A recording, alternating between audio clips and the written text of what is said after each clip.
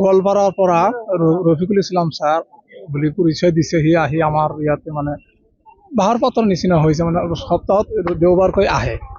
মানে সি মেডিচিনৰ ব্যৱস্থা কৰে, মেডিচিন লৈ আহে। সি আয়ুৰ্বেদিক বুলি কয়। গাঁৱত সোমাই মানে সি ৩,১০০ টকাকৈ ID বনাই দি মানে ওষুধখিনি দেয়।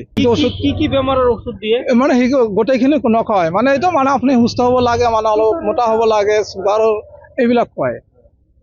কত মই মোক এদিন মাতিলে, মোৰ পৰা ৫৬,২০০ টকা লৈছে।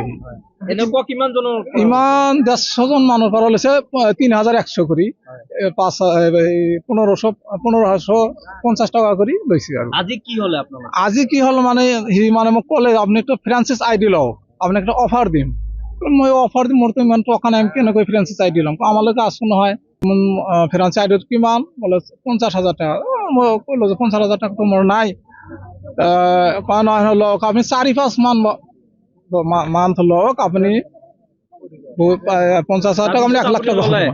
তারপরে মই সেই কওঁতে মই ললো আৰু ৫০,০০০ টাকা পিন কৰিলো, তাক মানে দিলো। দিয়াৰ পিছত ১ ঘণ্টামান পিছত সি ক'লে, ৰবা তোমাক 2টা সাইডৰ পৰা মানে ইনকাম কৰি দিম। কোনটো সাইড মইতো বুজা নাই। আপনি একো ক'ব নালাগে, মই কি কৰো আপনি চাওক। আজি আহিলো মানে সি মানে মেডিচিন কিনে অহাৰ পিছত আৰু মোৰ লগত সি সাক্ষাৎ নকৰে। মানে সি ঠগ প্ৰবঞ্চক হৈছে, মানে মই মেডিচিনো নলয়, মোৰ লগত কথাও নাপাতে।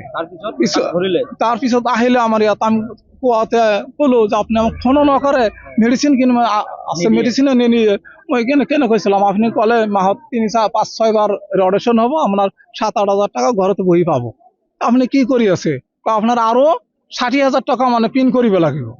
মই ক'লো মইতো নোৱাৰিম আৰু 60,000 লৈয়ে থাকে মানে। আৰু এবাৰ দিলো 6,200, ফিৰ দিলো 50,100, ফের 60,000 টাকা লাগে। আজি কি ধৰি দিছে আপনার?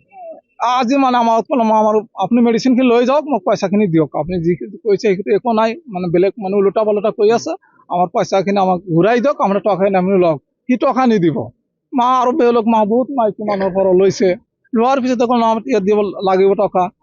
FIR দিম, তার নামে FIR দিম, মানে আমার FIR দিম, তাকে অ্যারেস্ট করলে আমার উচিত বিচার দিব লাগিব। আমি সরকারের উপর আমি উচিত বিচার লম, মানে আহিছো ইয়াত থানাতে। কিমান জন মানুহৰ পৰা ৩,০০০? 150 জন মানুহ হ'ব। মানে কাজাইঘাটাৰ পৰা লৈছে, চিৰাকটাৰ পৰা লৈছে, কাঠালি পাটনৰ পৰা লৈছে, কাঠালি পাটটোৰ পৰা লৈছে। মানে চৰাঞ্চলত মানে বিজনেছটো কৰি আছে। ৰফিজুল ইছলাম, গোৱালপাৰা। লগত আৰু এই যে হবিউৰ ৰহমান আছে, তেওঁৰ ঘৰ কাঠালি পাটন।